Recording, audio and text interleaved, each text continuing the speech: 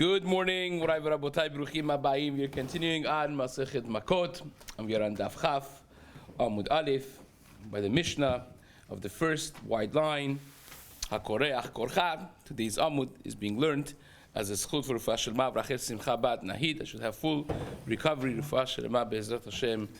Amen.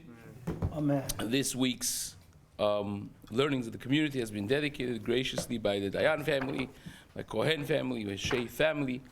Should be an ultimate schut Be'ezrat Hashem for all of their families. Amen.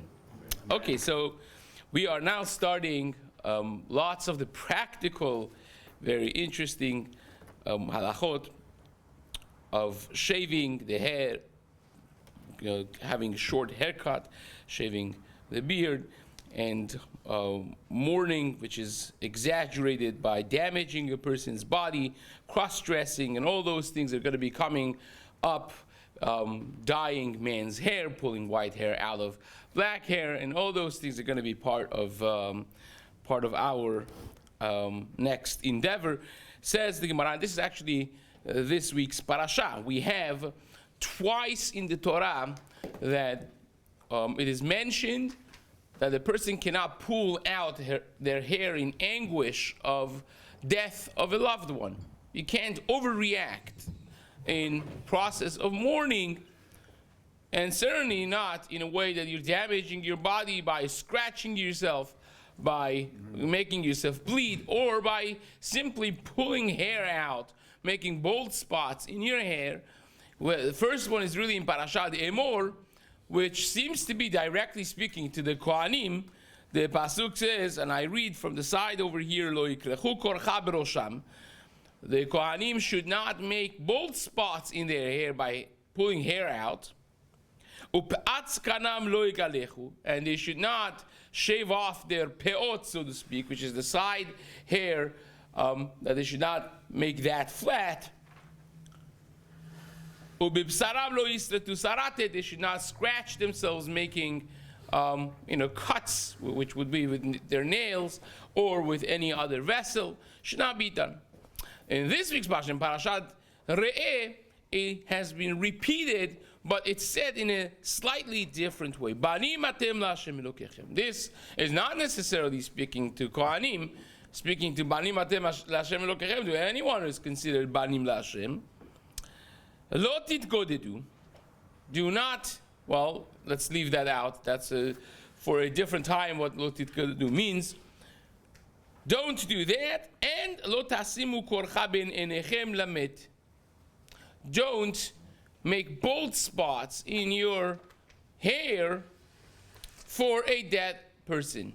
Now, if you pay close attention, you'll realize that there are three differences between what it says in Parashat Emor and what it says in Parashat Re'eh, all of which seem to indicate that Parashat Emor is more stringent than what it is in Parashat Re'eh.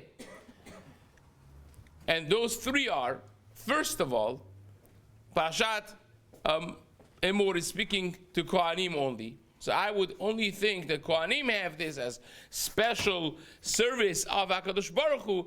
Thank you so much. Those are the people who have the obligation of staying away from this. Secondly, in Parashat Re'eh, it speaks only once, Lo tasimu korcha ben enechem. Don't put bald spots. Whereas in Parashat Emor, when speaking to Kohanim, it says, Lo yikrechu korcha, it says twice. And we'll see the Gemara learns from that every korcha that you make, even speaking about one dead person, if you pull one bald spot here and another bald spot there, you are in transgression of two different lavim. It's not that whatever you do for one for one dead person is considered one isur. Every bald spot, it gets its own isur. That we learn from the fact that the verbiage is repeated, lo yikrechu korcha, instead of just saying lo yikrechu. So that's the second stringency that you see in Parashat Emor. And the third one is, by Parashat Emor, it doesn't say for a dead person. you will read the pasuk and you'll think the Kohanim are not allowed to ever pull hair out. Whereas in our parasha this week, tomorrow's parasha, it speaks about Lo tasimu korcha ben enechem lemet. Don't do it for a dead person, right? So you see that it's not if you want to pull your hair out because of the presidential candidates, you can do that, no problem, right? But you can't do it as a mourning sign for someone that died. So that's the that is the three things. We will see why these three things are relevant. Well, we just wanted to preface this before we go in, realizing that there are two parashiot. There are two separate times the Torah mentions this isur of pulling hair out, and we'll see that the Gemara says there's makes no difference because there's a gezerah shava, there's a comparison between the two, so it doesn't make a difference if you are a kohen, not a kohen. Every person gets all of the stringencies over here. So it says the Mishnah, hakoreach korcha berosho, a person that pulls out hair in anguish of the death of a loved one, v'amakif pat rosho, if you round up the peot of your hair, which means behind your ear is flat, there's no hair. If you round it up, that now everything looks like that, it's all shaven off. That would be, which again, it's not necessarily, there's a lot of halachic, very explosive sugya over here, a lot of details of halakha. Doesn't mean necessarily you shave it with a razor. It means even if you do it very short, that would be considered that you flattened out your peot harosh ve'amashchit patzkano, and a person that shaves with a razor. That's how we translate it. Ve'amashchit, you destroy with a tar, with razor, pe'atzkano, your beard. Which again we'll discuss what that exactly means, what part of beard we are speaking about. Ve'hasoret srita achat, and a person that makes a scratch, a cut, even one, alamet, because of again the anguish of mourning on a dead person, chayav.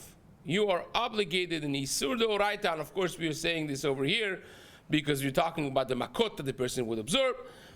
So says the Gemara, sarat srita achat. How about if I do one cut on 5 different dead people?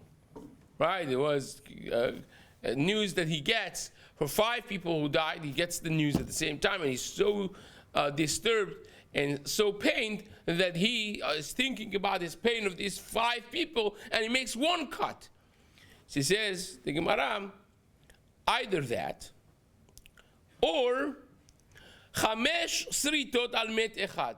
Or as one person that died, he gets the news, and he starts scratching himself once, twice, 3, 4, 5 times. Says the Mishnah, in both of those cases, you have transgressed 5 transgressions. Even if you made one cut, but you did it for 5 different dead people, you are in transgression of 5 different lavim. But if you did 4 scratches with one shot? So we'll get to that. The Gemara is going to speak about that. Very good question, right? So says the Gemara, was this a common practice? Yeah. it is still a common practice in many places. Yeah. No, it's not. All of the old cultures have this. Now you have a lot of the. Well, it's hard to attribute this to ethnicities, but there are still a lot of people who, in their old mourning, they still have whatever they have body injuries for this, and every year people die from it even, and certainly they get bruised, very bleeding all over the place. It sounds like this is like an old ancient thing that has been prevalent in many areas in the world, and still is in heavy practice all around the globe. You have it in Europe right now. It's something that has penetrated different Western cultures as well. But nevertheless, says the Mishnah, that's a person that will get chayav al kol achat v'achat. On every one of them you are chayav. So in both of those cases that the Mishnah discusses, you get 5 different chiyuvim. Even for one srita on 5 different dead people, you will get 5 lavim, 5 chiyuvim. Al harosh, if a person shaves off his peot, shtayim, you get 2 transgressions, one on your right side and the other one on your left side. Of course, you're talking about the case that he shaved both sides. Achad mikan, v'achad mikan, one on each side. Al hazakan. It's not zaken. Zaken means an old person. Zakan is a beard. If you shave your the entire beard off, then you get 5. Shtay mikan, ushtay mikan, ve'achad milamata. You get 2 from this side, 2 from that side, and 1 on the bottom, which generally speaking means your chin. The middle over here is according to everybody. The other 2 is questionable. Rashi is one way, not Rashi here, Rashi Masechet Shvuot. Rivan over here is a different one, right?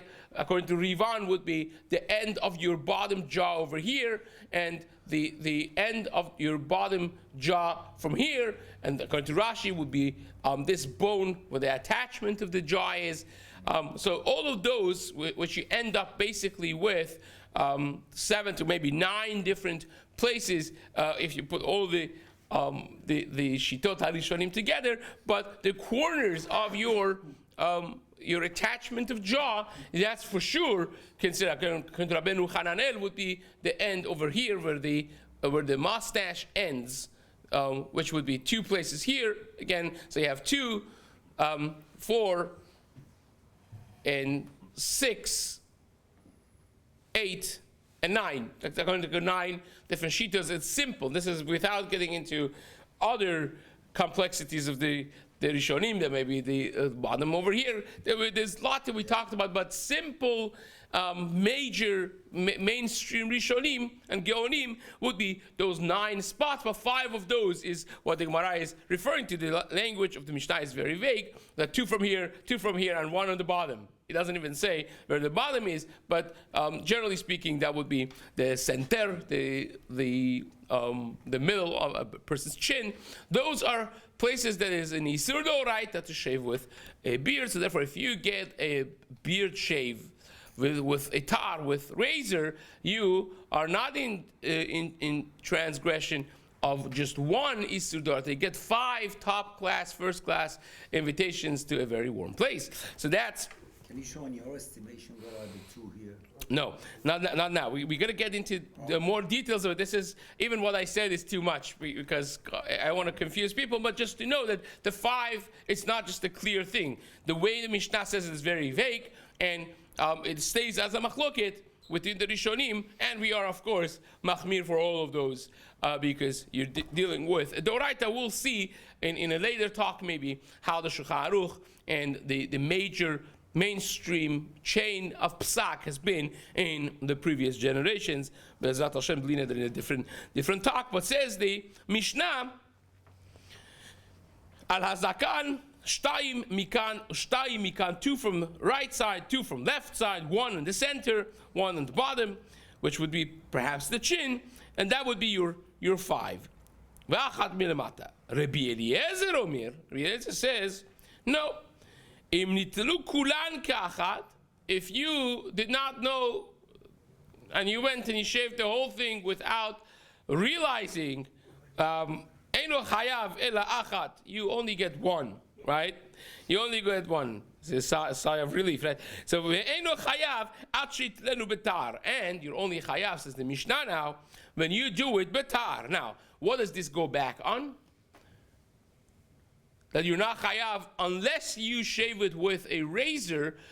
We would understand that this is going back only on shaving the beard, right? As opposed to shaving the sides. But there is, however, a shita of Rambam. Rambam understands that this is going back on both of them. So according to the Rambam, which we do not paskin like, because it is only Rishon against all of the other Rishonim, Rambam understands that getting a short haircut on the side, if it's not with a razor, it's not in transgression of lo takifu pe'at roshechem. All the other Rishonim and the Halacha Shulchan Aruch disagrees with that, which really by the pe'at harosh, by your hair up here, doesn't make a difference what tool you use. Even if you do it a regular shaver, a haircut machine, or a trimmer, all of that would be a problem. Therefore, you would actually see that many people are very careful to go to a Jewish frum barber, not Jewish, frum barber, that knows these basic halachot, because otherwise some people use, first of all, razor. Even if they don't use razor, they use a trimmer for going around the ear and smoothing the line that you have over their hairline. But that would be a problem, because that trimmer could actually make shave off some of the hair very short. This is number 0 basically, and that would be in transgression of lo takifu paz roshechem, because you are shaving some hair off very smoothly, and therefore they will either not do it at all, or they use scissors that would be at least a 4 millimeter, 4.5 millimeter, depending on what shita you go to, without getting into too many details of the debates in the halakha. But those are included in pe'at harosh, because you don't pass like the Rambam that you need razor. With any shaver or machine, it would be the same thing, and it's not necessarily just shaving off the entire side, but even if you do a few hairs on that area, would be the same thing. Another thing that's very much according to the Rambam is an issue, is one thing that has become more and more common, that people either with a machine or mostly even with a razor, they thin out the hair over here, and that goes from already up there down to the beard line, so to speak, and that for sure is in transgression.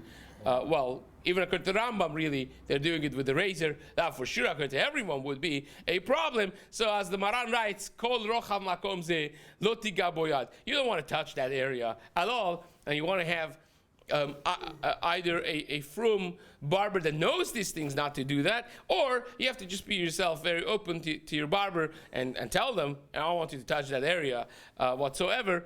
And it's not an excuse that you're not doing it, someone else is doing it, as we will see in the Gemara. Says the Mishnah.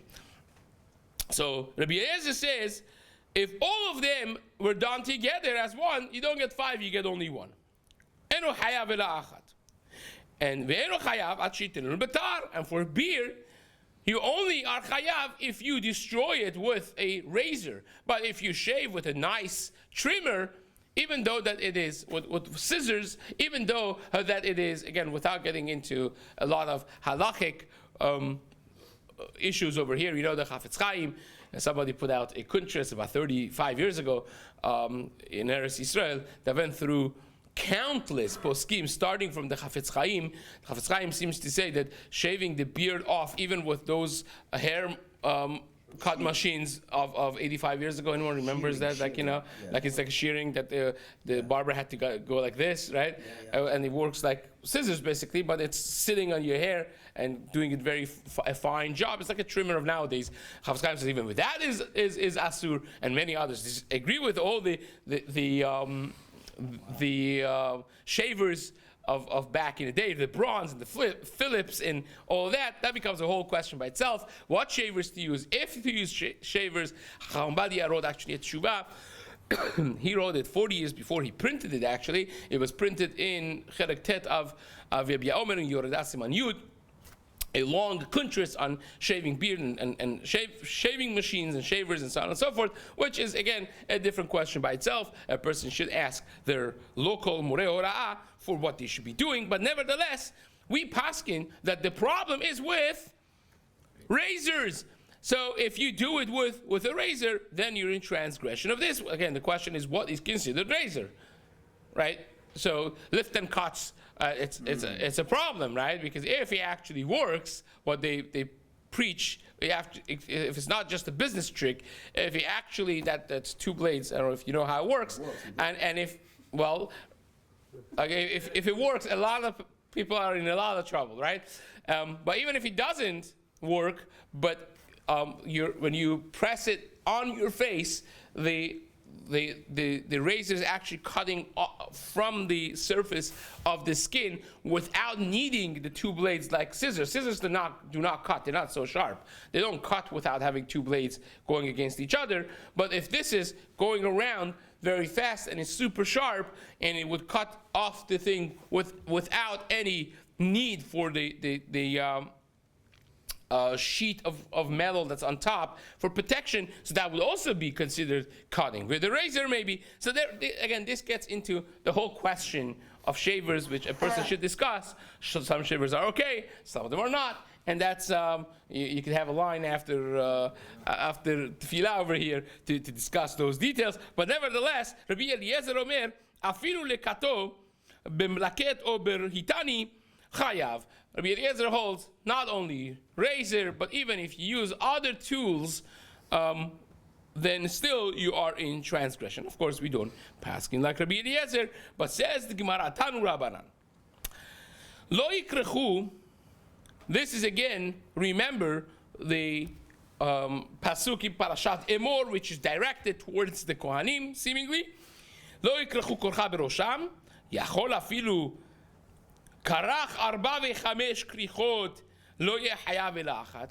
Is it possible to say that the amount of korcha that you make, the amount of bald spots that you make, is irrelevant? That even if you make 4 or 5 different bald spots in your hair, pulling your hair out in anguish, still you would be hayav only one? Talmud Lomar, the pasuk says, korcha. If you would only say the verbiage once, it would say lo yikrechu berosham, like it says in Parashat this week, in Parashat Re'eh. Yes, I would think that it is only one obligation.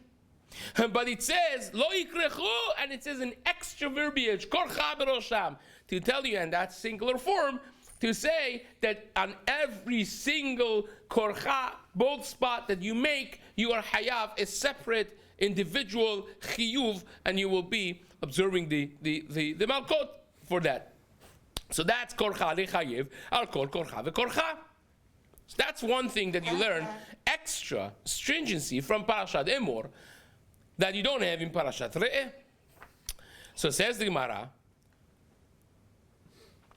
Berosham Talmud Omar. Why does it say Berosham? Says the Gemara, Lefi shenemar. Why do you have to say in your head? Well, the Gemara says very simple. Because in Parashat Re'eh, in our Parasha, this week's Parasha, it says clearly Ben Enechem. It says, Lo tasimu korcha ben enechem lamit. Don't make bald spots between your eyes, which would mean over here, where you put the tefillin, right? Or like ben enechem literally would be, a whole different thing, right? But I would think maybe it's only here. How do I know if it's on the sides and in the back? How do I know? Ben enechem, it would be like tefillin, right? Ben enechem has to be central. So how do I know the whole head? Says the Gemara, because in Parashat Emor, it says Berosham. That one word from Berosham, you learn that all of the head is the same halacha.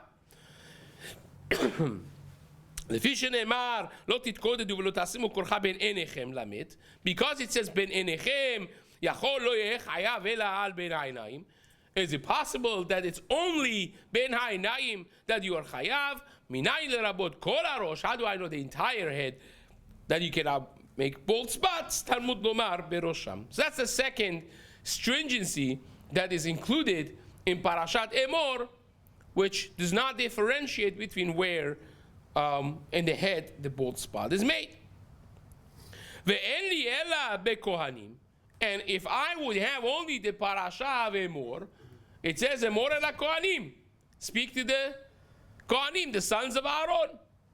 Sheriba behen hakatuv mitzvot.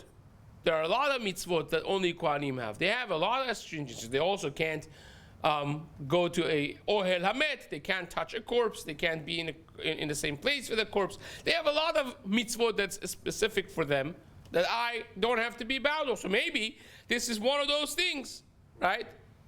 It's one of those things. So therefore, says the Gemara, Yisrael minayin. How do I know that the Jews, regular Jews, also are included from our parasha?